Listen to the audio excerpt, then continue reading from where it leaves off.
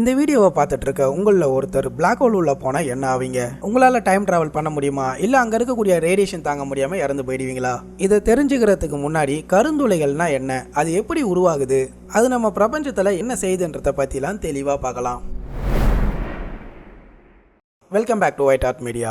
Black hole அப்படின்ற வார்த்தையை நம்ம எல்லாருமே கேள்விப்பட்டு இருப்போம். நியூஸ் சேனல், யூடியூப்னு அப்பப்போ போடுவாங்க. ஒருவேளை உங்களுக்கு அப்படின்னா என்னன்னு தெரியலனா நான் உங்களுக்கு ரொம்ப சிம்பிளா எக்ஸ்பிளைன் பண்றேன். ஒரு நட்சத்திரம் அதோடைய வாழ்நாள் முடிஞ்சு வெடிச்சு சேதற சொல்ல பிளாக் ஹோலா மாறுது. அப்ப நம்ம மில்கிவே கேலக்சியில கிட்டத்தட்ட 400 பில்லியன் ஸ்டார்ஸ் இருக்கு. இது எல்லாமே அதோட ஆயுள் காலம் முடிஞ்சதுக்கு அப்புறமா பிளாக் ஹோலா மாறுமான்னு கேட்டீங்கன்னா கண்டிப்பா இல்ல. நம்ம சூரியனே அதோட வாழ்நாள் முடிஞ்சதுக்கு அப்புறமா பிளாக் ஹோலா மாறாது. ஏன்னா நம்ம சூரியனுக்கு பிளாக் ஹோலா மாறுற அளவுக்கு மாஸ் கிடையாது. நம்ம சூரியனை விட 8 லிருந்து 10 மடங்கு அதிகமான நிறை கொண்ட ஒரு நட்சத்திரம் அதோடைய வாழ்நாள் முடிச்சு வெடிச்சு செதற சொல்லதான் பிளாக் ஹோலா மாறும். தோராயமா 1000ல் ஒரு நட்சத்திரம் பிளாக் ஹோலா மாறுது. அப்படின்னா நம்ம கேலக்சியில நிறைய கருந்துளைகள் இருக்கான்னு கேட்டீங்கன்னா கண்டிப்பா இருக்கு. அது மட்டும் இல்லாம நிறைய வகையான கருந்துளைகளும் இருக்கு. அதுல முக்கியமான ஒன்று தான் சூப்பர் மேசிவ் பிளாக் ஹோல். இந்த சூப்பர் மேசிவ் பிளாக் ஹோல் எல்லா கேலக்சியோடைய மையத்திலையும் இருக்கும். நம்ம மில்கிவே கேலக்சியோடைய மையத்திலையும் இருக்கு. அது பேரு சஜிடேரியஸ் ஏ.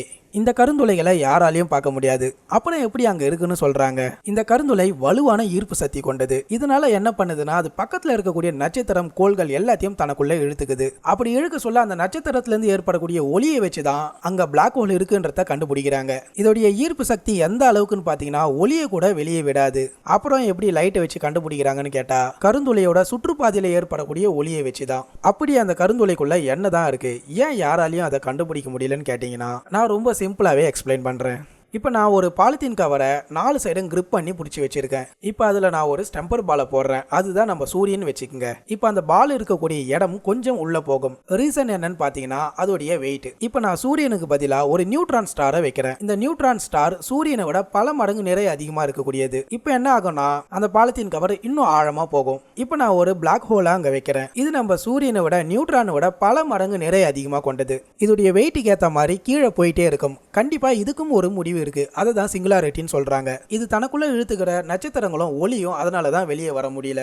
ஏன்னா இது அந்த அளவுக்கு ஆழம். இப்போ நம்ம டாபிக்கு வருவோம். ஒரு மனுஷன் இந்த கருந்துளைக்குள்ள குதிச்சா என்னவாவான்? ஆல்பர்ட் ஐன்ஸ்டைனுடைய தியரி படி பார்த்தா அவன் டைம் டிராவல் பண்ணியிருக்கணும். டைம் டிராவலா அது எப்படி சாத்தியம்னு கேட்டீங்கன்னா நம்ம இப்போ கிராவிட்டியை பத்தி கொஞ்சம் தெரிஞ்சுப்போம். இப்போ நம்ம கிட்ட ஒரு பால் இருக்கு. அந்த பாலை வானத்தை நோக்கி தூக்கி அடிக்கிறோம். அந்த பால் ஹைட்டா போகும். ஆனா ஒரு குறிப்பிட்ட டிஸ்டன்ஸுக்கு அப்புறம் அது கீழே விழுந்துடும். ஏன்னா நம்ம அந்த பாலுக்கு கொடுத்த ஃபோர்ஸ் ஒரு குறிப்பிட்ட லெவலுக்கு அப்புறம் 0 ஆயிடும். அதுக்கப்புறம் நம்ம பூமியோட ஈர்ப்பு விசையினால அந்த பந்து கீழே விழுது. இப்போ நம்ம அதே பந்தை நம்ம பூமியோடைய கிராவிட்டியை விட்டு வெளியே அனுப்பணும்னா 40,270 km/h வேகத்தில் அதை எரியணும். அப்படி பண்ண அது நம்ம பூமியோடைய கிராவிட்டியை விட்டு வெளில போயிடும். இதை தான் எஸ்கேப் வெலாசிட்டின்னு சொல்றோம். இதுவே நம்ம கருந்துளையோட கிராவிட்டியிலேருந்து தப்பிக்கணும்னா நம்ம 2,99,792 km/s வேகத்தில் டிராவல் பண்ணணும். அதாவது ஒரு ஒளியை விட வேகமாக டிராவல் பண்ணணும். இதனால தான் கருந்துளையில இருந்து ஒளி கூட தப்பிக்க முடியல. சரி, இப்போ நீங்க சொன்னதுக்கும் டைம் டிராவலுக்கும் என்ன சம்பந்தம்? டைம் டிராவல் எப்படி பண்ணலாம்னு கேட்டீங்கன்னா நம்ம எல்லாருக்குமே அடிப்படையா ஒரு விஷயம் தெரியும். நம்மளால லைட் அளவுக்கு ஸ்பீடாவோ இல்ல அதை விட வேகமாவோ டிராவல் பண்ணா நம்மளால எதிர்காலத்துக்கு போக முடியும். இந்த கருந்துளையில இருக்கக்கூடிய கிராவிட்டி ஒளியை விட வேகமா பயணிக்கக்கூடியது.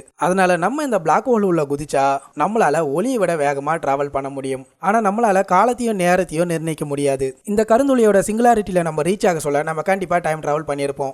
ஆனா அங்க காலமும் நேரமும் செல்லுபடி ஆகாதுன்னு நமக்கு தெரியும். அதனால நம்ம எந்த காலகட்டத்துக்கு போய் சேர்ந்திருப்போன்றதே நமக்கு தெரியாது. ஆனா ஸ்டீஃபன் ஹாக்கிங் என்ன சொல்றாருன்னா இந்த கருந்துளைகள் பயங்கரமான ரேடியேஷனை எமிட் பண்ணும். ஒருவேளை நீங்க அந்த பிளாக் ஹோல் உள்ள விழுந்தா நீங்க சாம்பலா ஆயிடுவீங்க.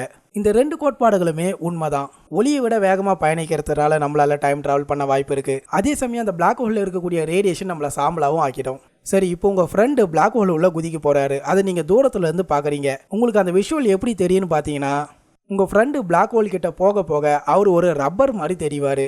ஈர்ப்பு விசையினால அவரோட கால் ரொம்ப நீளமா நமக்கு தெரியும். அதுக்கப்புறம் அவரோட உடல் கொஞ்சம் கொஞ்சமா சிகப்பா மாறிடும். ரீசன் என்னன்னு பாத்தீங்கன்னா அதை சுத்தி இருக்கக்கூடிய லைட்டால. அதுக்கப்புறம் கொஞ்ச நேரத்திலேயே அவரு காணாம போயிடுவாரு. இந்த கருந்துளைகளை பத்தி தெரிஞ்சுக்க இன்னும் நமக்கு நிறைய இருக்கு. இன்னொரு வீடியோல நான் அதை பத்தி சொல்றேன். அதுக்கு முன்னாடி நீங்க லைஃப்ல டைம் டிராவல் பண்ண முடிஞ்சா நீங்க எந்த காலத்துக்கு போவீங்க, எதுக்காக போவீங்கன்றத கமெண்ட் பண்ணுங்க. அண்ட் மறக்காம இந்த வீடியோவை லைக் பண்ணுங்க, ஷேர் பண்ணுங்க, சேனலை சப்ஸ்கிரைப் பண்ணுங்க. நன்றி, வணக்கம்.